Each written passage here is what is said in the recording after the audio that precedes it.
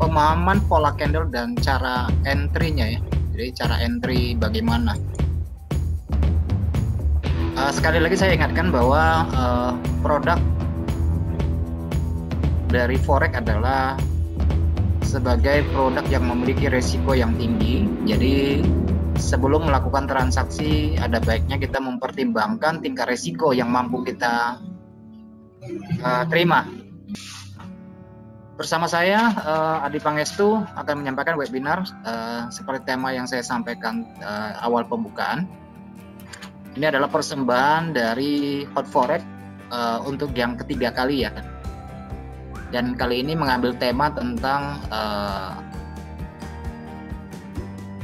cara entry berdasarkan pola candle. Nah teman-teman sekalian, materi yang kemarin minggu yang lalu adalah mengenai pola reversal dan penggabungan, yaitu tentang transformasi candlestick. Kali ini kita akan mengambil kesempatan bagaimana sih memanfaatkan pola dan bagaimana kita memahaminya. Ini adalah reversal candle pattern yang sudah saya jelaskan pada webinar sebelumnya. Nah, kali ini kita akan membahas satu persatu. Nah, teman-teman, ini adalah bullish engulfing. Ya, siapapun akan tahu bahwa bullish engulfing itu menandakan suatu perubahan minat. Tetapi bagaimana pola ini menjadi pola yang valid di dalam penerapan transaksi? Seperti tampilan dari template ini, bahwa bullish engulfing membutuhkan format 2 buah candle. Kemudian diawali dari downtrend ya, karena ini adalah bullish. Kemudian candle pertama berwarna hitam, ini adalah ciri khasnya. Candle kedua berwarna putih dan melewati. Kemudian body candle pertama berada di dalam body candle yang kedua. Ini adalah beberapa ciri dari pola bullish engulfing. Contoh dari template ini kita melihat bahwa dari pergerakan harga sebagai sampel di sini ada pola bullish engulfing. Oke. Jadi diawali oleh tren turun dulu, kemudian terbentuklah pola tersebut.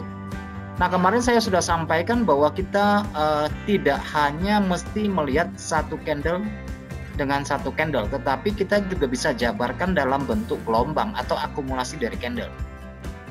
Contohnya seperti ini. Oke, kita melihat di bawah ini ada bullish engulfing, tetapi di dalam akumulasi candle kita juga bisa menerapkannya menjadi satu buah breakout yang membentuk pola engulfing dalam bentuk gelombang. Di mana 4 candle ini mewakili candle yang hitam, gitu ya. Kemudian candle yang ini mewakili candle yang besar. Jadi kalau kita akumulasikan sebenarnya bentuk gelombang ini juga adalah bullish engulfing. Oke. Nah, yang perlu kita ketahui adalah bagaimana memastikan bahwa pola ini sesudah terbentuk harga akan naik. Itu yang harus kita perhatikan. Bahwa pola ini, kalau semua pola ini pasti naik, saya pikir setiap orang sudah bisa melakukan transaksi gitu ya. Tetapi pada kenyataannya, faktanya tidak seperti itu. Walaupun ada muncul pola ini, ternyata harga tidak naik. Kadang valid, kadang juga tidak valid. Oleh karena itu kita harus memperhatikan tingkat support, resisten, atau area demand masa lalu. Kalau bercerita dari pola bullish engulfing, bagian support dan area demand yang harus kita perhatikan. Tetapi kalau kita berbicara tentang bearish, berarti daerah resisten dan area supply yang harus kita perhatikan pada masa lalu. Kemudian yang kedua, untuk menandai pola ini valid dan tidak valid, biasanya dia terbentuk dari dekat dengan area konsolidasi. Itu harus digarisbawahi. Kemudian pada level retracement, selanjutnya level psikologis dan ada dukungan volume. Oke, jadi ada 5 poin yang kita akan bahas, yaitu support area demand masa lalu, konsolidasi, retracement, psikologis, dan dukungan volume. Yang pertama, kalau kita mendapati pola seperti ini, untuk menandai daerah support. Nah, ini adalah daerah support, juga sekaligus daerah demand masa lalu. Kemudian di sini terbentuk pola bullish engulfing. Oke, ini salah satu yang harus kita perhatikan, yaitu area support. Tapi kalau ceritanya pada bagian atas daerah bearish, berarti kita harus perhatikan daerah resisten atau level supply yang lalu. Kemudian kategori yang kedua, munculnya bullish engulfing pada area konsolidasi masa lalu. Seperti yang saya gambarkan di sini, ini merupakan daerah konsolidasi masa lalu. Kita melihat ada harga yang bergerak dengan rentang range yang kecil, atau teman-teman boleh menyebutnya sebagai daerah ranging atau daerah sideways.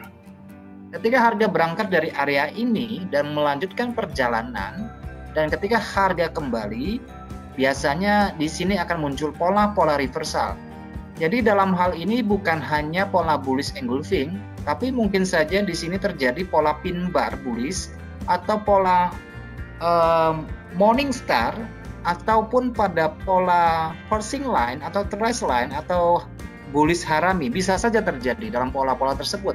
Tapi intinya bahwa dalam penyampaian materi pertama basic candle maupun transformasi candle, kita mengetahui bahwa pola reversal bukan hanya dalam bentuk bullish engulfing, walaupun isinya ada pola bullish engulfing di sini. Intinya adalah pola.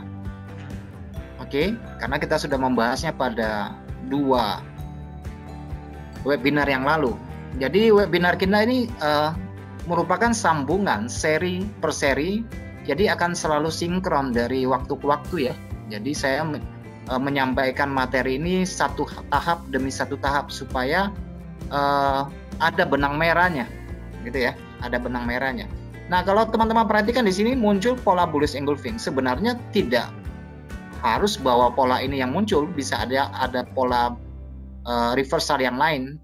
Nah, di sini juga teman-teman lihat di sini pada area di sini juga ada pola bullish engulfing di sini ya, dekat dengan daerah konsolidasi.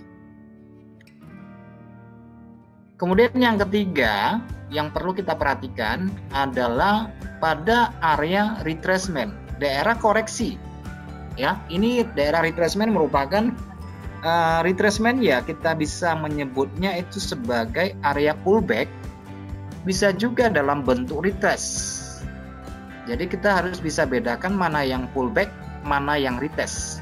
Jadi kalau retest itu biasanya terjadi dalam waktu dekat, tidak berlangsung lama.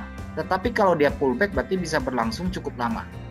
Jadi yang perlu kita perhatikan bahwa pola bullish engulfing maupun pola reversal yang lain sering muncul pada area retracement.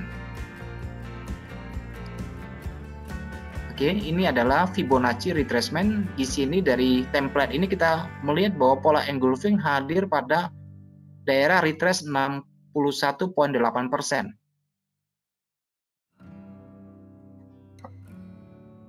Oke. Nah, kita lihat di sini muncul ya.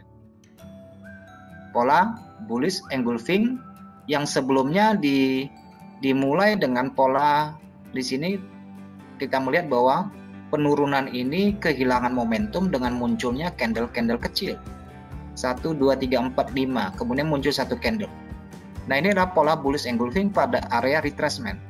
Jadi area retracement ini tidak semata-mata juga harus berada pada area 61. Kadang-kadang juga berada di area 50. Kadang-kadang juga bisa berada pada area 70-an, gitu ya.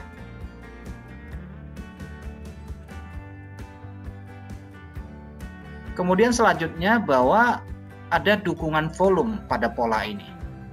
Jadi apapun ceritanya, walaupun dia bullish engulfing, tapi volume transaksinya kecil, bisa membuat pola itu menjadi pola gagal.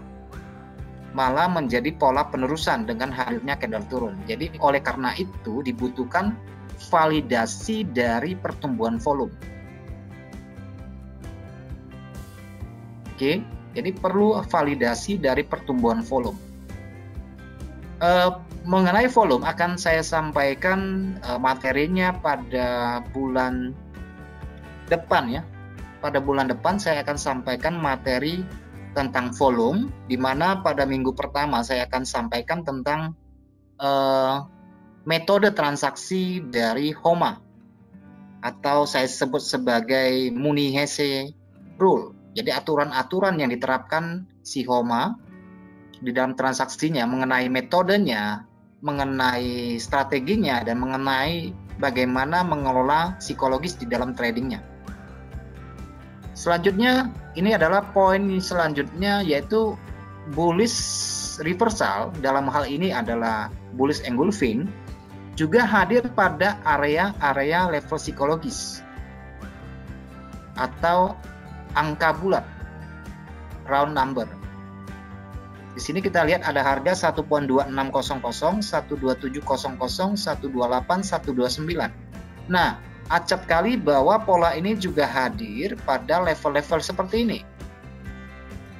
Oke, walaupun kita tahu bahwa area koreksi 126 pada masa lalu juga terdapat konsolidasi, kita lihat di sini. Ada candle kecil, berarti ini adalah konsolidasi.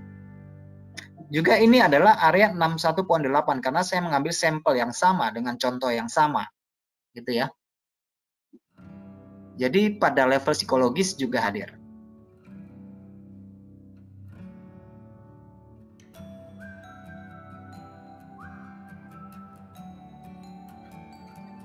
Nah, bagaimana kita mengatur strategi dan cara entry? Sudahkah kita memutuskan resiko yang Anda tempatkan pada setiap posisi transaksi yang kita putuskan? Nah, risiko ini harus dalam bentuk nilai ya, jadi bukan dalam bentuk persen. Kita siap merugikan berapa di dalam per satu kali transaksi. Kemudian jenis strategi apa yang kita gunakan. Selanjutnya, berapa besar sih kisaran risiko berdasarkan nilainya yang saya sebutkan ya, harus dalam bentuk jumlah, bukan dalam bentuk persen. Dalam bentuk persen ini adalah untuk mengetahui jumlah nilai value yang kita siap resikokan. Memang banyak orang menetapkan 2%. Misalnya dia ambil uang dari 10.000, 2%-nya berapa? 5%-nya berapa? 10%-nya berapa? Per satu kali transaksi. Jadi ini adalah memasuki pada manajemen resiko ya.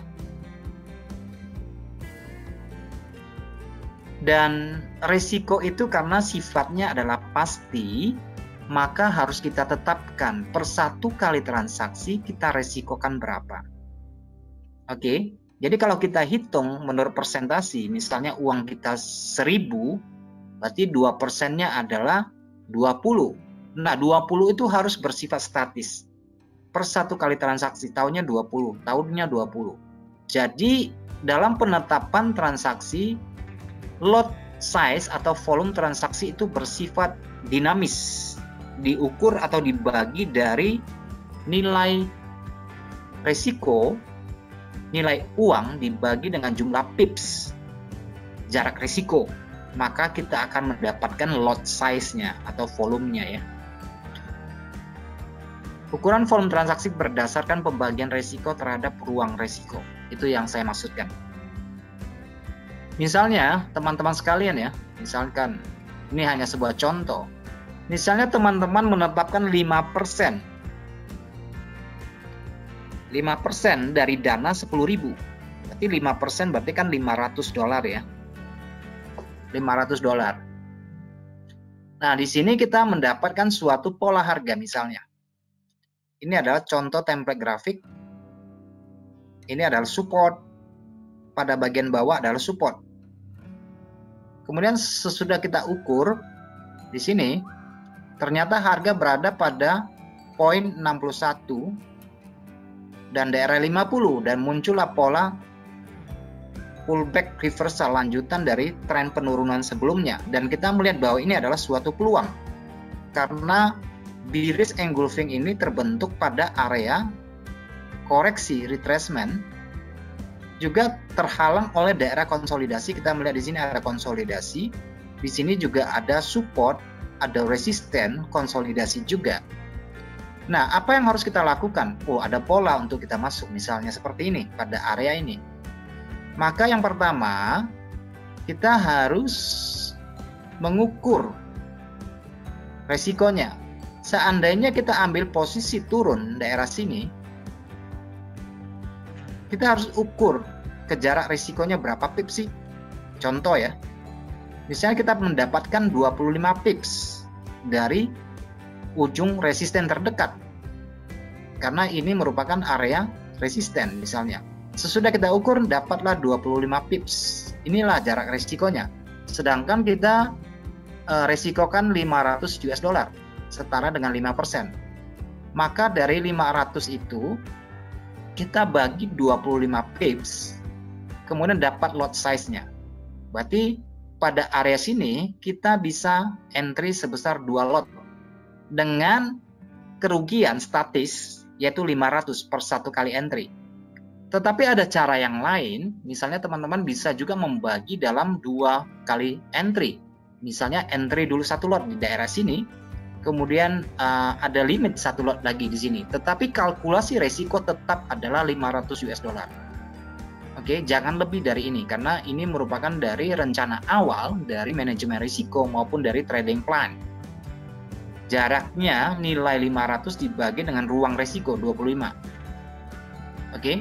Selain itu, munculnya pola ini karena kita sudah memberikan beberapa kategori bahwa pola ini sering terbentuk pada area demand, daerah support dan resisten, daerah supply dan demand, daerah psikologis, daerah retracement, daerah dan dukungan volume tentunya. Kita mendapatkan pola ini tentu harus memperkirakan ada kemungkinan nggak dengan ruang rewardnya. Kalau ke ruang rewardnya masih lebar dibandingkan risiko, berarti ini layak untuk dipertimbangkan untuk masuk posisi. Tetapi misalnya pola ini terbentuk pola bearish engulfing, tetapi jarak ke support menjadi sangat dekat gitu ya, berarti itu adalah memiliki peluang yang lebih tipis. Nah, disitulah kita memutuskan untuk masuk atau tidak. Dalam hal ini, dalam contoh ini, kita melihat bahwa jarak reward ke bawah itu besarnya sekitar 53 pips. Berarti kalau kita kalkulasi rasio risk dan rewardnya ada 1:2. Oke, 1:2 artinya ya kalau kita meresikokan 500 berarti ada kemungkinan kita mendapatkan 1000. 1:2. Inilah kalkulasinya, strategi dan cara entry-nya. Oke. Selanjutnya dengan risiko yang sama, yaitu 500 US dollar. Misalnya di sini muncul polanya seperti ini. Oke, itu ada support, muncul pola. Ini adalah pola bullish engulfing. Kemudian kita ukur jarak risikonya berapa ke bawah. 25 pips, sama dengan yang tadi. Berarti kita mendapatkan rasio 500 dibagi 25, kita akan mendapatkan lot size-nya berapa. Oke, berarti kita bisa masuk 2 lot di situ. Tetapi walaupun ini muncul polanya, kita harus mempertimbangkan ruang bagi harga untuk bergerak ke atas apakah sama 25 atau lebih. Oke, di situ ada resisten. Di sini ada resisten, di sini ada konsolidasi, di sini ada konsolidasi. Berarti ini biasanya membuat harga terhenti. Oke, kita ukur ternyata jaraknya ada 43 pips. Apakah ini adalah posisi yang layak kita pertaruhkan di dalam melakukan perdagangan?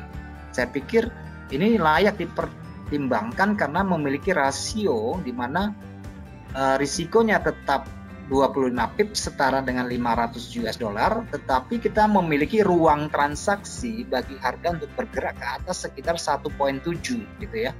Artinya ya meresikokan 500 tapi ada kemungkinan untuk mendapatkan sekitar 700-an gitu ya.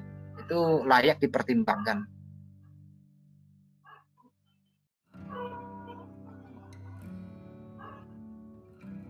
Oke, dengan resiko yang sama. Ini ada pola ya. Ini ada sebuah pola, kita lihat di sini. Ini adalah area konsolidasi. Tetapi harga yang muncul di sini, kita melihat bahwa candlenya mulai kehilangan momentum dan candlenya menjadi kecil. Nah, ini adalah pin bar. Ini adalah pin bar. Sehingga dari materi sebelumnya bahwa kita tahu bahwa pin bar ini, di dalam pin bar ini juga ada pola-pola reversal. Oke, yang sudah kita simak pada video yang kedua atau yang pertama tentang basic dan transformasi. Bahwa pin bar ini adalah shooting star. Di dalam shooting star ada pola pembalikan. Dan ujung shadow ini menandakan tekanan dari seller. Oke, di sini daerah konsolidasi. Oke, dalam bentuk konsolidasi di sini kita lihat di atasnya ada resisten. Kemudian kita tahu bahwa pin bar ini sesuai dengan materi ternyata di dalamnya bentuk candlenya seperti ini. Oke, katakanlah di sini adalah candle harian. Katakanlah ini adalah contoh candle harian. Tetapi pada 4 jam atau pada periode yang kecil ada pola seperti ini. Inilah yang membentuk shooting star di sini. Pada periode yang lebih kecil. Oke, dengan rasio yang sama, resiko yang sama 500 US dollar atau setara dengan 5% dari modal 10.000, kita ukur dulu resikonya berapa. Resiko pip ya, ternyata ke atas ada 100 pip. Berarti 500 kita bagi 100 pip, maka akan mendapatkan lot size-nya. Oke, berarti bisa menempatkan posisi sebesar setengah lot. Setengah lot ya, kita bisa tempatkan di sini, ambil posisi. Kemudian kita lihat jaraknya ke area support yang bisa menjadi target, ruang bergeraknya lebar enggak. Ternyata ada sekitar 240 pip. Jadi resikonya tetap sama 500 US dollar, tapi jarak perbandingannya juga ada sekitar 1 banding 2/4. Gitu ya. Ini adalah posisi yang layak kita pertimbangkan untuk masuk. Oke, sesudah pola itu ternyata harganya turun. Gitu ya.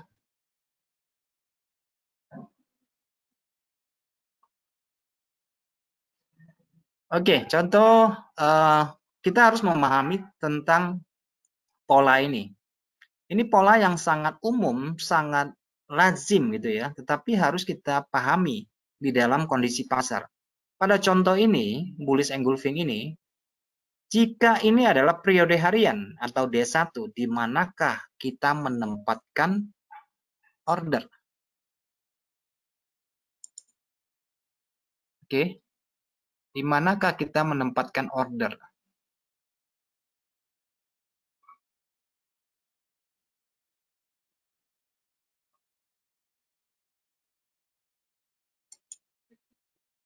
Di mana kita menempatkan order?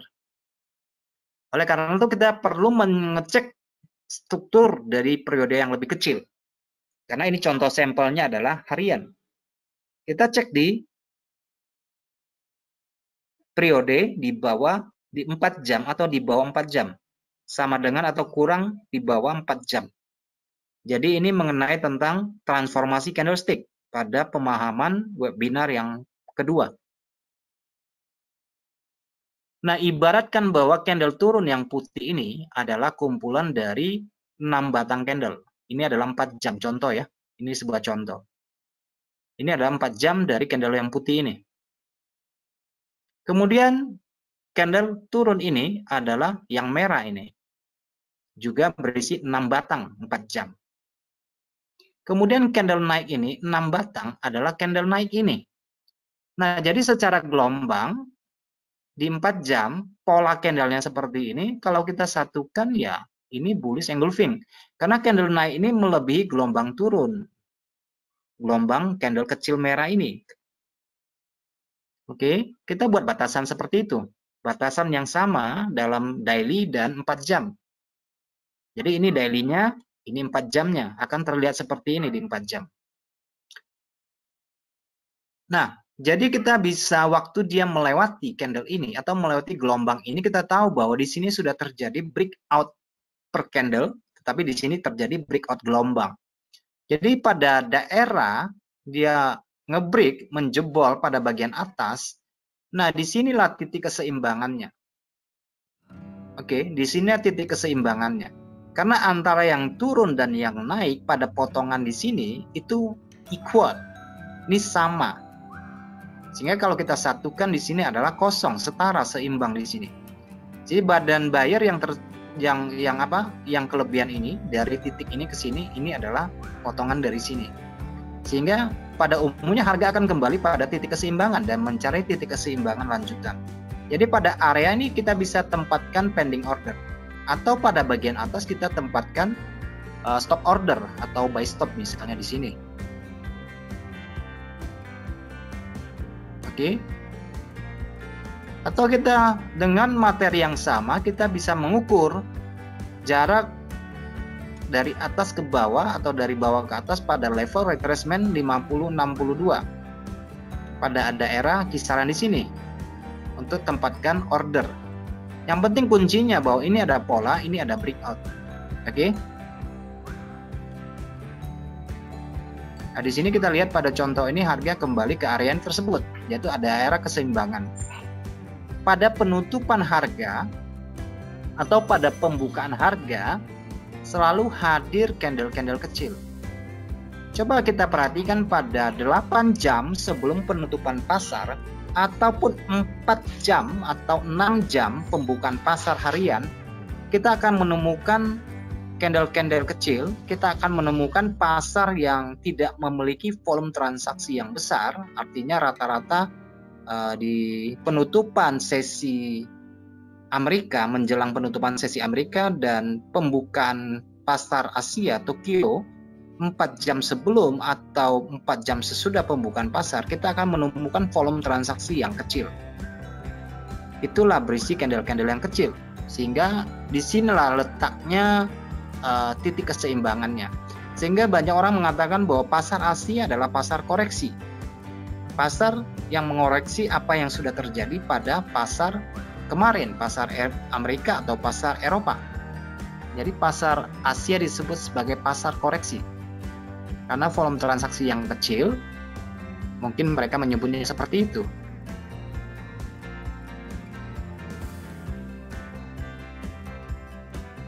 Nah, contoh penempatan pending order bearish inside down. Ini adalah bearish inside down. Materinya sudah disampaikan ya. Kalau ada teman-teman yang tidak mengikuti webinar pada sebelumnya, itu bisa nonton di YouTube. Cari saja transformasi candlestick atau basic candlestick, nanti ada materinya di situ di YouTube ya. Kalau kita perhatikan di sini adalah pola bearish inside down.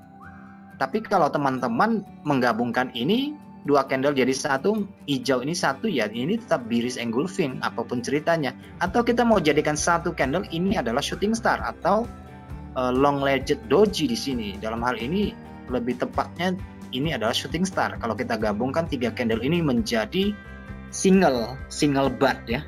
Ini jadi shooting star. Jadi ini adalah pola contoh dari harian D1. Di manakah kita menempatkan pending order?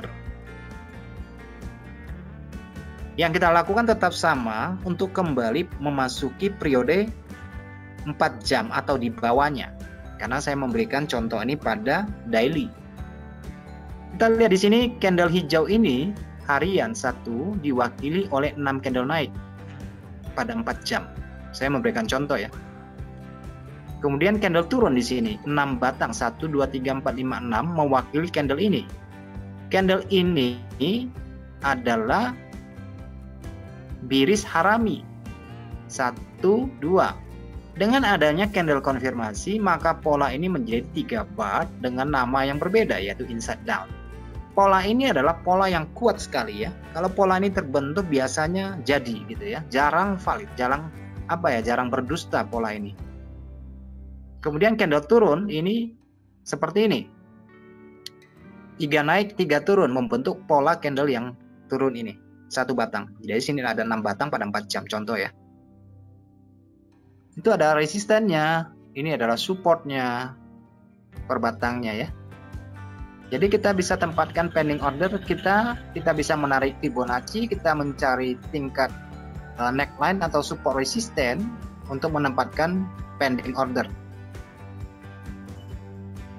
Cara perhitungan risikonya tetap sama seperti contoh sebelumnya yang sudah saya sebutkan. Dan kesanggupan setiap individu dalam menanggung risiko tentu saja berbeda. Cuma saya memberikan contoh pengambilan yang gampang yaitu 5%. Ada yang menempatkan hanya 2%. Gitu ya.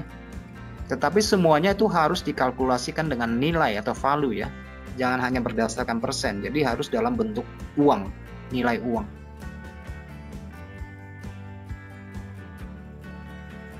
Itulah kita tempatkan pending order dengan risiko yang jelas, dengan kalkulasi yang sama gitu ya. Dan sesudah pola ini ternyata harga memang retrace dulu. Nah ini adalah retest, harga yang berbalik. Jadi saya ini sebut sebagai retest karena ini hanya berjarak dalam hitungan beberapa batang ke depan. Tetapi kalau lama baru balik, saya akan menyebutnya sebagai pullback atau harga yang kembali ya.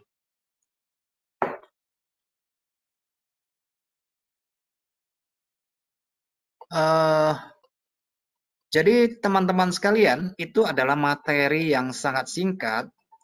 Sesudah ini kita akan melihat di dalam grafik ya.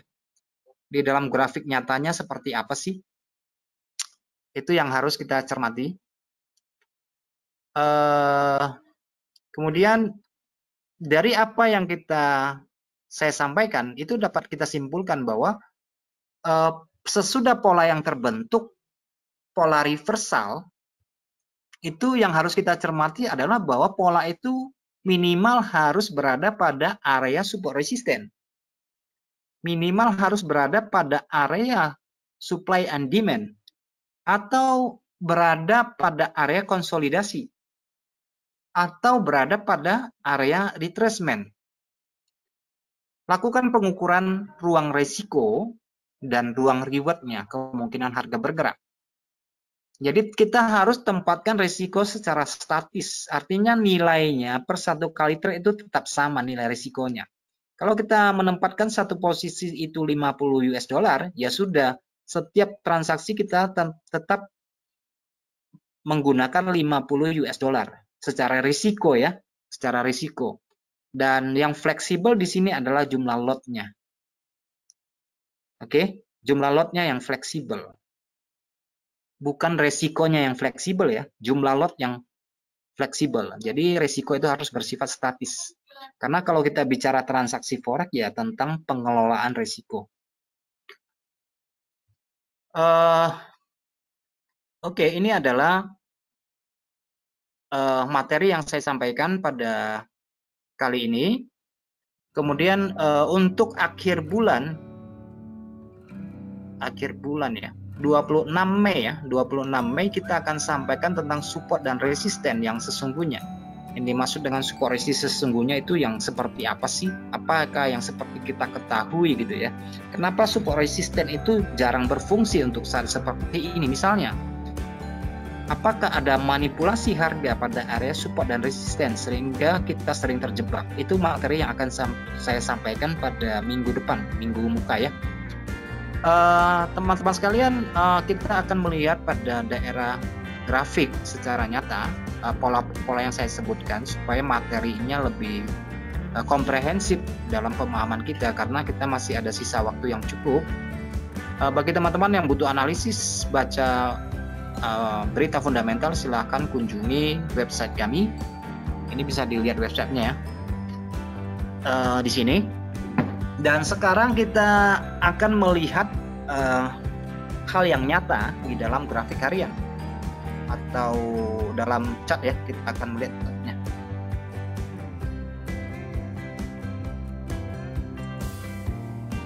Oke, kita buka MetaTrader.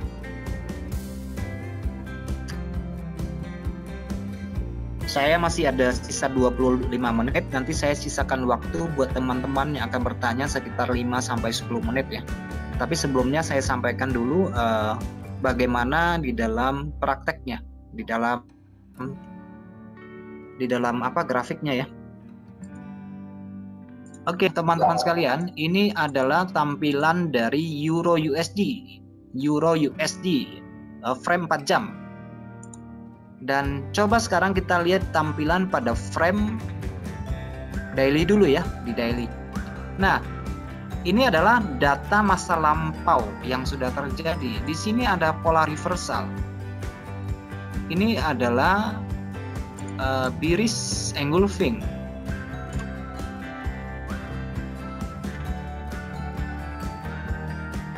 Bearish engulfing ya. Oke, ini adalah bearish engulfing. Nah, di sini kalau kita perhatikan, waktu candle melewati, nah di melewati sini ada harga yang kembali, di sini. Oke, nah inilah yang saya sebutkan sebagai shadow tersebut sebagai retest. Oke, di sini kita lihat di sini ada 2 kali retest sesudah pola ini terbentuk. Kenapa dia retestnya di sana? Nah, ini adalah tempat dia melewati. Jadi dia balik ke sini adalah untuk mencari titik keseimbangan. Jadi kalau teman-teman ukur dari candle turun ini dalam pola bearish engulfing, polanya pembalikannya itu bisa berada di 38, bisa berada di 50 atau bahkan di 61 kalau kita ukur height-nya.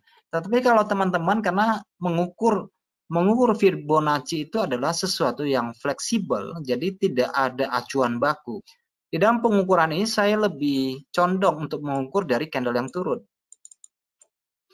Misalnya begini ya, candle yang turun. Jadi bisa berada di area sekitar 50% untuk pending order dalam kondisi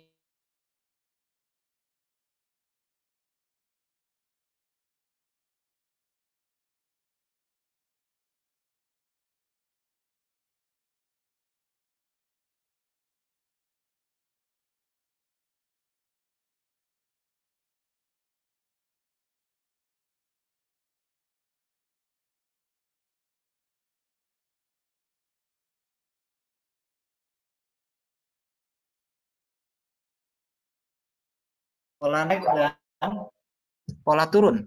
Nah, di sini dari shadow-nya ini adalah daerah retest dalam bentuk shadow. Jadi ini adalah bagian daripada kronologisnya ya. Pada gambaran yang lebih besar. Oke, di 1 jam. Nah, kalau saya belah seperti ini ya. Saya belah seperti ini. Jadi kalau di daily ya kelihatannya cuma hanya beberapa candle. Naik, turun, retest. Itu konfirmasi bagi kita. Tetapi ini tentu ada alasan. Ini ada alasannya. Mengapa pola bearish engulfing terbentuk di sini? Karena saya percaya bahwa harga tidak mungkin berhenti tanpa sebab. Mengapa harga ini berhenti di sini? Oleh karena itu kita bisa menempatkan sebuah garis horizontal dan kita perlu cek ke belakang. Ada apa di masa lalu? Apakah sesuai dengan kondisi yang saya sebutkan pada pernyataan saya tadi ya? Apakah masuk kategori yang saya sebutkan tadi? Apakah masuk dengan kategori ini? Ada support kah? Atau demand kah? Ada resisten kah? Ada area supply kah? Apakah ada area konsolidasi masa lalu? Apakah itu adalah area retracement? Apakah itu adalah level psikologis? Apakah penurunan itu didukung oleh volume? Nah, semuanya bisa kita lihat di sini. Kita tinggal taruh sebuah garis dan kita cek dulu, cek ke masa lalu. Ini kan garisnya ya. Jadi saya kasih warna merah di sini ya. Kita cek ini daily, tampilan daily. Kita cek ke belakang. Kita tarik ke histori masa lalu. Maka di masa lalu kita akan mendapatkan di sini ada daerah resisten masa lalu. Oke. Di sini ada resisten masa lalu. Di sini ada area konsolidasi.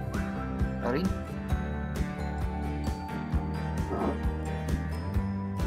Ini area konsolidasi.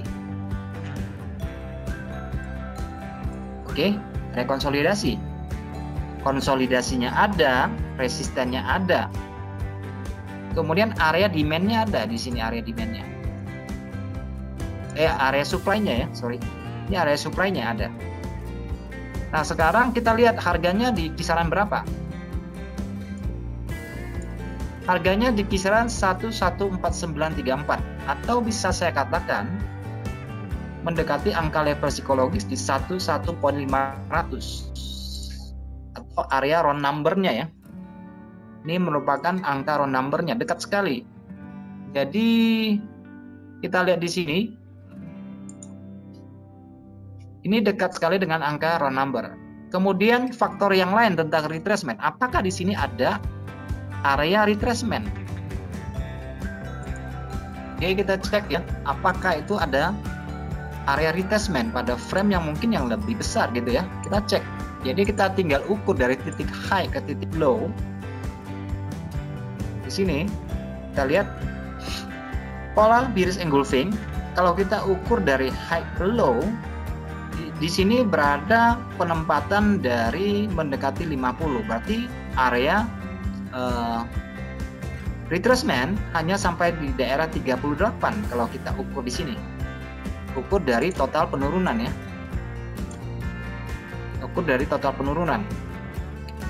Tetapi kalau teman-teman menempatkan retracement ini pada pola di sini, itu ceritanya akan berbeda ya. Kalau saya menempatkan di sini, itu daerah 50 dalam porsi naik ya. Ini pola ini terbentuk di daerah 50 dengan anggapan bahwa ini masih dalam kondisi naik karena dia tidak melebihi toh, berarti dalam kondisi naik. Jadi ini berada pada kisaran retracement 50 dan 61. Oke, jadi selalu ada sebab di situ. Nah, ini dari sebuah contoh ya, dari sebuah contoh. Nah, kemudian contoh yang lain. Nah, di sini kita juga melihat suatu pola di sini. Oke, pola bearish engulfing. Saya mengambil contoh bearish engulfing terus nih ya. Tapi kan jamaknya sudah tahu ya, ini merupakan tampilan jamaknya ya, dua candle. Double bot ya. Nah, kalau kita tarik di sini adalah daerah resisten. Ini resistennya di sini nih. Oke, kelihatan ya di daerah resisten ya. Terbentuk di situ. Oke, daerah resisten. Nah, kemudian di sini untuk pola yang ini bagaimana? Untuk pola yang ini kan inside bar ya. Candle merah ini kan berada di dalam candle hitam ini. Berarti ini adalah pola harami ya. Harami bearish. Jadi dia bukan pola bearish engulfing, ini pola harami. Tetapi berdasarkan apa yang sudah kita pelajari ya, pola harami ini adalah pola reversal untuk turun ya, bearish reversal. Jadi kalau teman-teman mengukur penurunan ini berada pada level sekitar 61. Oke, pola ini terbentuk. Kita cek lagi di sini ada konsolidasi. Oke. Nah, saya tidak tahu ini berada pada level psikologis apa tidak, tetapi saya akan mengambil pendekatan di daerah sekitar 11150.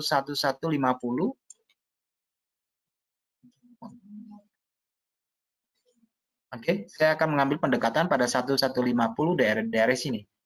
Namun, apakah di daerah sini terdapat area konsolidasi? Sudah saya ada di sini, saya kasih garis. Dua candle ini Dan dua candle ini pada frame yang lebih kecil, itu adalah area konsolidasi. Jadi bisa dicek pada time frame 4 jam misalnya. Jadi di 4 jam kita bisa lihat ini deretan candle. Atau 1 jam semakin nyata bahwa itu adalah ranging market. Sini ya, tadi ranging ya. Ini adalah candle narrow, kelihatan di sini. Range-nya kecil, makanya terjadi daerah SR-nya di situ ya. Support resistennya berada juga di daerah sini. Sehingga kalau kita cek ke belakang ternyata memang pada masa lalu ini ada daerah-daerah pantulan. Oke, daerah-daerah pantulan ya. Oke, daerah pertengahan. Oke, ini adalah insert bar, sebuah contoh.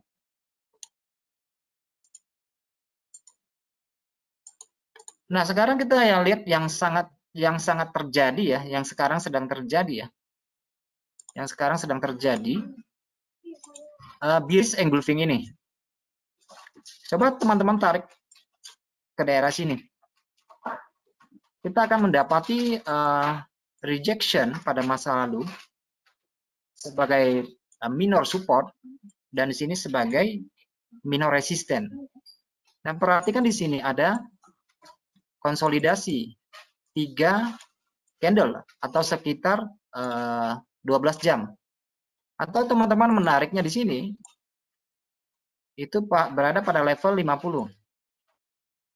Oke, berada pada level 50. Muncul pola ini. Oke, mungkin sekarang lagi melirik ke sini ya. Di sini juga ada pola bullish engulfing. Oke. Tapi cek dulu. Di sini ada konsolidasi nggak? Wajar nggak kita masuk misalnya gini ya? Itu beberapa pertimbangan yang harus kita ambil. Contoh ya. Layak nggak kita ambil? Makanya tidak semua bahwa pola itu menjadi pola yang valid. Jadi harus diperhatikan. Contohnya ya, mana sih yang pola yang nggak valid? Mana yang valid misalnya gitu ya. Kita bisa mengambil contoh, beberapa contoh. Nah di sini adalah pola tweezer ya. Oke, atau kita katakan sebagai horsing line juga oke-oke saja lah ya. Tetapi ini dalam kondisi turun. Muncul pola ini. Kenapa sesudah muncul candle hitam ini tidak melanjutkan kenaikan? Teman-teman akan menemukan alasan pada area masa lalu terdapat konsolidasi seperti ini. Oke, perhatikan candlenya rata-rata di sini. Jadi dia tidak melanjutkan perjalanan, malah tertahan oleh rata-rata konsolidasi masa lalu. Karena ini merupakan daerah imbalance, daerah keseimbangan di sini. Oke, kemudian kita lihat pola. Apakah ini pola bullish engulfing? Pola lanjutan. Kenapa ini batal enggak? Ya sebenarnya ini valid, tetapi ternyata sesudah dia keluar, harga hanya melanjutkan perjalanan sebanyak 2 candle dan apanya kurang, range-nya kurang. Jadi kita tentu ada sebabnya di masa lalu kenapa pola ini menjadi gagal. Ini saya hanya mencari yang gagal. Jadi kalau yang valid-valid aja gampang dilihat ya. Kita harus lihat ini mencari yang gagal. Kalau kita perhatikan di sini, ini juga daerah konsolidasi masa lalu. Kita lihat ada candle kecil, ada daerah support resisten. Di daerah sini, ada pantulan di sini. Itu yang bisa membuat harga berhenti. Oke. Atau kita ukur bahwa di sini sudah terjadi sekitar 50%. Bahkan mendekati area 61. Oke. Karena harga mengikuti tren turun sebelumnya. Kalau kita perhatikan di sini. Jadi banyak ada pola yang valid dan pola yang tidak valid. Jadi yang harus kita perhatikan adalah kembali kepada acuan tren sebelumnya. Acuan tren sebelumnya itu yang harus kita perhatikan. Nah, misalnya di sini teman-teman semua, ini sebelum ada pola ini, kita anggap ini nggak ada. Ini kan muncul pola reversal. Di sini ya. Ini kan muncul pola reversal nih. Kok ini nggak jadi ya? Pola bearish engulfing kan? Kenapa ini nggak jadi? Jadi kita harus perhatikan lagi terhadap bias harga yang terjadi sebelumnya dalam kondisi apa. Karena kita harus bayangkan bahwa munculnya suatu pola reversal itu hanya per satu candle dan dua candle. Bagaimana untuk bisa dengan segera memakan kembali yang bawah, turun sekejap, turun seketika, melawan kenaikan yang sudah diakumulasi dari berjam-jam, berhari-hari yang lalu. Dengan munculnya hanya dua batang candle, kemudian mendadak harga turun. Jadi kalau untuk frame besar itu sangat sulit untuk langsung turun ya. Jadi dia membutuhkan waktu, membutuhkan limitasi waktu proses. Oke, masih ada sekitar 10 menit teman-teman sekalian. Jadi bagi teman-teman yang ingin bertanya, saya persilakan waktu dan tempatnya ya. Saya jadi buka dialog dulu. Saya buka dialog, boleh bertanya, boleh chat juga boleh, mau chat silakan. Oke, jadi ini adalah waktunya untuk bertanya. Silakan, boleh bertanya. Apakah materi yang saya sampaikan bisa dipahami? Apakah cukup jelas?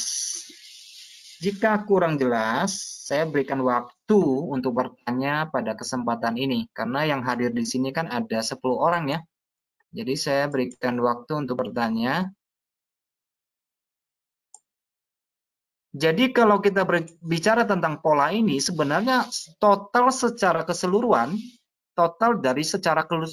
ya, dalam memahami grafik dasar, sebenarnya ini hanya cerita tentang dua orang yang bertarung di sini ya. Kalau kita coba gambarkan secara konsep seperti itu, intinya adalah breakout. Kalau breakout itu ya terjadi pergeseran minat. Kalau pergeseran minat itu artinya bullish engulfing atau bearish engulfing, itu saja. Jadi sangat simpel dalam pemahamannya ya. Jadi saya sudah jelaskan secara gamblang bahwa pada materi sebelumnya bahwa kita bisa menggabungkan beberapa candle yang satu gelombang atau satu mazhabnya di sini ya. Oh, ini posisi naik, kemudian ada candle yang turun seperti ini melebihi. Ya, ini adalah bearish engulfing secara gelombang. Jadi bisa kita manfaatkan. Jadi inti dari membaca grafik adalah melihat, pertama yang kita perhatikan adalah memperhatikan bias. Bias itu adalah, buat saya bias itu adalah segalanya. Bias itu adalah kecenderungan. Jadi ada lower low, ada lower high, ada higher high, ada lower high ya. Higher low-nya juga ada. Jadi itu yang pertama. Baru kita lihat akumulasi kekuatan. Misalnya di sini kekuatannya turun. Oke, kekuatannya turun. Kemudian di sini ada coba menyamakan, koreksi dulu dan melampaui. Maka di sini sudah terjadi pergeseran minat. So, apa yang kita tunggu? Yaitu retest yang pertama untuk pengambilan kesempatan pertama. Kalau kita terlambat masuk misalnya, kita masih memiliki pullback pada masa yang akan datang. Karena intinya harga akan kembali dengan sendirinya pada level-level imbalance, pada level keseimbangan harga. Oke, jadi kita tidak hanya membaca candle dari tick by tick, tetapi secara parameter untuk pattern itu bisa kita akumulasikan. Oke, itu sangat bisa kita akumulasikan. Apa yang terjadi pada frame kecil itu akan mengakumulasi pada frame yang lebih besar. Oke, jadi ketika ada orang bertanya ini harga euro USD ini naik atau turun, sering ya orang bertanya kepada kita kan, ini trennya naik apa turun? Sering kan orang bertanya begitu? Saya bilang pertanyaan itu sebenarnya pertanyaan yang salah. Pertanyaan dia bertanya tentang pasangan mata uang naik atau turun, sebenarnya itu pertanyaan yang salah. Karena saya tidak tahu sebenarnya saya tidak tahu kepentingan dia itu pada kepentingan transaksi periode waktu yang berapa. Oke, jadi kalau saya buka 1 jam, saya katakan kalau ditanya euro naik nggak? Naik. Tapi saya tidak tahu bahwa kepentingan dia melihat performa transaksi ini, kepentingannya dalam kapasitas harian kah, jam kah, 15 menit kah. Kalau dia terbiasa untuk trading melihat frame besar begini, ya ini turun dong gitu kan, ini turun dong. Tapi kalau cuma lihat 1 jam ya naik. Jadi harus komprehensif pertanyaannya sebenarnya, karena kepentingan setiap orang berbeda. Seperti saya sering katakan, kalau kita menjual sayur misalnya kan, pagi hari kita ke pasar jual sayur sampai jam 10 sudah habis, berarti kepentingan kita kan cuma beberapa jam kan, hanya 3-4 jam saja di pasar. Terus ngapain kita di pasar itu sampai seharian penuh? Jadi kita harus tempatkan kepentingan kita. Oke, teman-teman sekalian, boleh ya silakan bertanya ya. Jadi saya buka ruang dialog nih di sini nih. Jadi webinar kita tidak satu arah, jadi bisa 2 arah gitu loh. Oke, waktu dan tempat saya persilakan.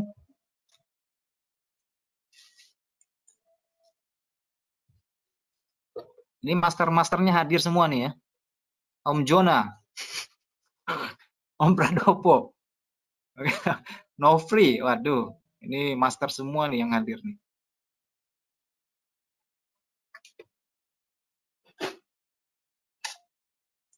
Oke, waktunya sisa 5 menit. Apakah ada yang mau bertanya?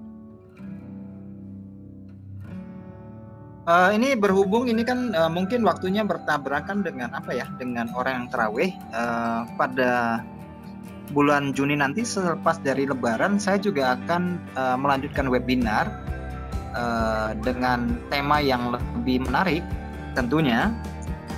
Minggu pertama bulan Juni saya akan sampaikan tentang metode Sakata. Kalau teman-teman pernah dengar nggak, metode Sakata adalah metode yang dipergunakan oleh Muneshisa Homa, yaitu yang memformulasikan candlestick. Kita akan tahu nih tekniknya bagaimana ya, nanti teknik dia bagaimana.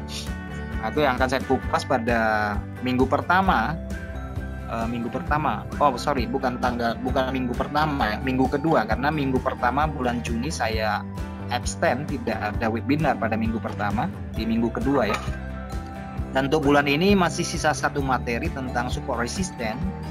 Dan bagi teman-teman yang masih baru belajar tentang forex, saya sangat menghimbau untuk mengikuti materi ini sampai selesai, karena saya akan jelaskan secara detail, secara sepenuhnya. Jadi tidak ada yang saya simpan-simpan, saya akan bongkar semua supaya kita memahami bagaimana sih struktur pembentukan harga di dalam melihat chart secara komprehensif, secara besar, gambaran besar maupun secara gambaran kecil.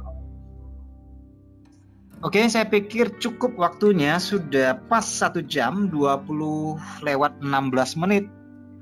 Jadi saya mengucapkan terima kasih buat teman-teman yang sudah hadir pada kesempatan ini.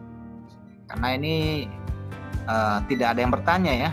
Saya pikir kalau tidak bertanya berarti ada kedua kemungkinan. Kemungkinan pertama dia sudah tahu dan cukup jelas. Kemungkinan kedua adalah dia tidak mau bertanya atau tidak tahu bertanya. Apa sih yang mau ditanyakan gitu ya.